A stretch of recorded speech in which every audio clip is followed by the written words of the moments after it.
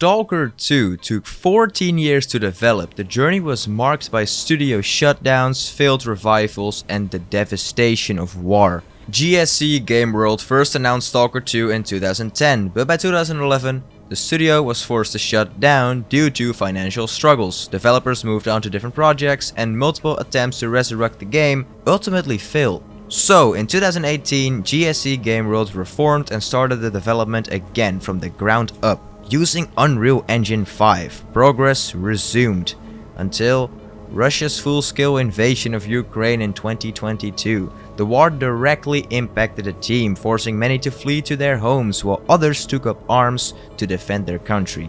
Among those who made the ultimate sacrifice was former GSC Game World developer Volodymyr Yezhov, known as Fresh, a key contributor to S.T.A.L.K.E.R 2. He was killed in combat near Bakhmut in December 2022 while serving in the Ukrainian military. His passing is a tragic reminder of the personal costs paid by those who worked on this game. May Volodymyr Yezhov rest in peace. Despite all these overwhelming obstacles, S.T.A.L.K.E.R 2 is still a project that carried forward through hardship, resilience, and loss.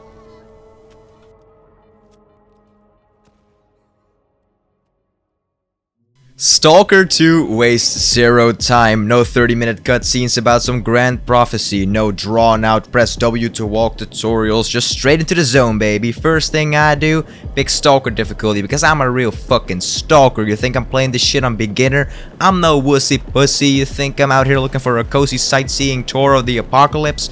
Get out of here with that bullshit. I didn't wait a decade to have my hand held like a toddler in a shopping mall. And I know there's also this veteran option, but hey, I'm no veteran. I am a stalker. Boom, a cutscene starts. The voice acting is phenomenal. No wooden dead-eyed NPCs spouting dialogue like they just woke up from a coma. This voice acting is some top-tier immersive stuff. You're immediately pulled into the world with this gritty first-person point-of-view camera that makes every scene feel like you're actually there, breathing in the radiation and regretting every single life decision that led you to this point. And before you can even take a sip of your expired, probably glowing tap water, you're in control.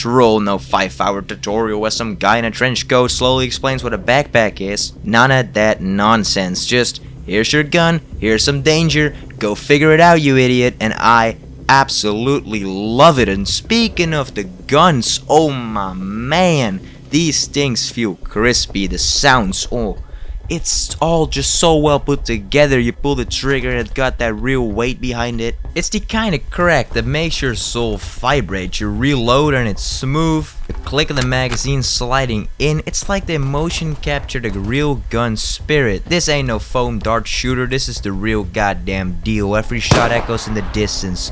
Every bullet feels dangerous. Then I stumble on a corpse. Jackpot. My man's got an AK, some medications, and a dry sausage. Looting is super simple but extremely intuitive, which is more important than you think, because trust me, I've played games where picking up an item feels like you need a PhD in quantum mechanics. And of course, this being a Stalker game, anomalies are everywhere. I find an artifact, pop open my backpack, and oh, this thing just jump scared me into another dimension. I had to take a deep breath and check if I still had a pulse.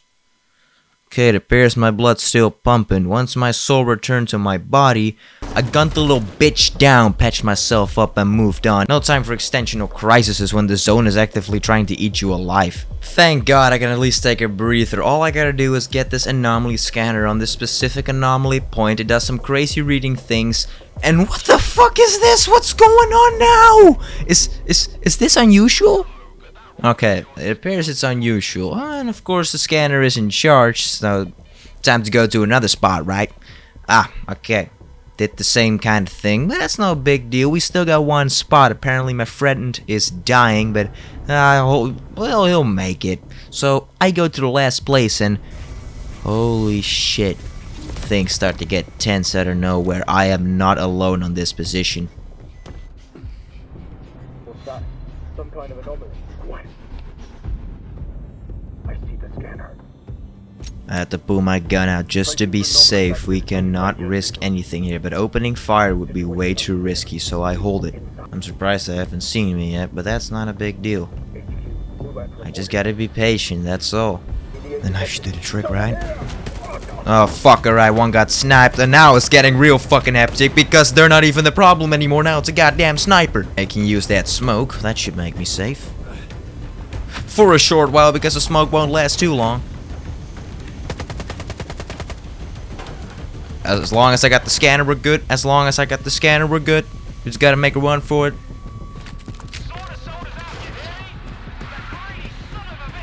Apparently the thing just wait. Oh! Whoa. Or rather, this prologue just gave me the most goosebumps I may have ever gotten in my entire life. No stupidly long prologue, no forced walk with me young warrior garbage, just a short, sweet adrenaline pumping intro. From this point on, you're free to do whatever you want. But I gotta be real with you, if you ignore the main story, you're just gonna wander around and get absolutely wrecked. The game gives you optional side quests, and surprisingly, they're actually interesting. The NPCs, well, they're not lifeless robots, but they're not winning any Oscars either. Just the right amount of jank to remind you, this is a Stalker and not some AAA cinematic drama fest. S.T.A.L.K.E.R 2 does everything except hold your hand. You don't get showered in loot, but it also doesn't just screw you over for fun. It hints at you what you should be doing, but ultimately, it's up to you to figure out what you are going to do. What I love about the game so much is that it doesn't go too hard on the realism. It's a realistic game, yeah, absolutely, but it's not the realism type of Tarkov levels, you know? Like you get shot one time and you can't even run anymore. On Stalker difficulty, you get a fighting chance. On Veteran, well, you just really like the realism. Another thing that I really appreciate is that the game actually shows you when there is a mission opportunity tied to a dialogue choice. Same goes for rewards and special items. You still have to work for it though, but at least completionists won't have to sell their soul to keep track of every single little thing. Take a guy down, you hear other people speak. It feels so alive. Cover me, I gotta move, all that type of shit. Everybody's talking, everyone is corresponding with their so-called teammates. Well, they're just NPCs. You get shot, you're almost dying, gotta get cover. You gotta heal up, but it can take a second. Someone can throw a grenade, someone can run up to you, you're dead. It feels so alive, it feels so immersive. You gotta climb this goddamn wall. Well, you don't have to, but I climb it because I think I'm safer up here. But they're not stupid, they can look up, they can look through the window because they heard you climbing upstairs. You're never safe. These NPCs aren't brain dead stupid idiots. They actually know where you are, but they do not know it all the time because this guy was confused. It feels so immersive and alive, even so alive that I am about to die, which isn't very alive. And man, I gotta talk about those cutscenes again. They don't just look good, they feel alive. The ambience gets tense, you can feel the weight of the world around you. Every step, every shadow, every faint growl in the distance. It all adds up to something that makes your skin crawl in the best way possible. By the time you're actually far into the game, you are ripping through mutants with a tricked out assault rifle and a sleek red dot sight for those sweet headshots. Or you're unloading shotgun shells into their faces and watching them stumble back, all while they slowly charge at you. These moments have me pumped for those high stakes do or die moments. The flow of combat stays pretty steady, but that constant tension never lets up. And I cannot forget, S.T.A.L.K.E.R 2 nails the psychological horror with its PSI abilities, warping your perception of every single thing in the game. There were parts, both in the story and outside of it, that left me genuinely shook, making me feel vulnerable in ways that cranked up the danger to a whole new level. S.T.A.L.K.E.R 2 is a very long game, and it can be frustrating at times since you're constantly fighting for your life. This game is no and absolutely no walk in the park. But that is what truly immerses a man to become a real stalker. You gotta strategize, you gotta be patient, and never, ever let your guard down. Simply said, S.T.A.L.K.E.R 2 is absolutely worth it if you want an immersive, intense, and sometimes outright terrifying experience.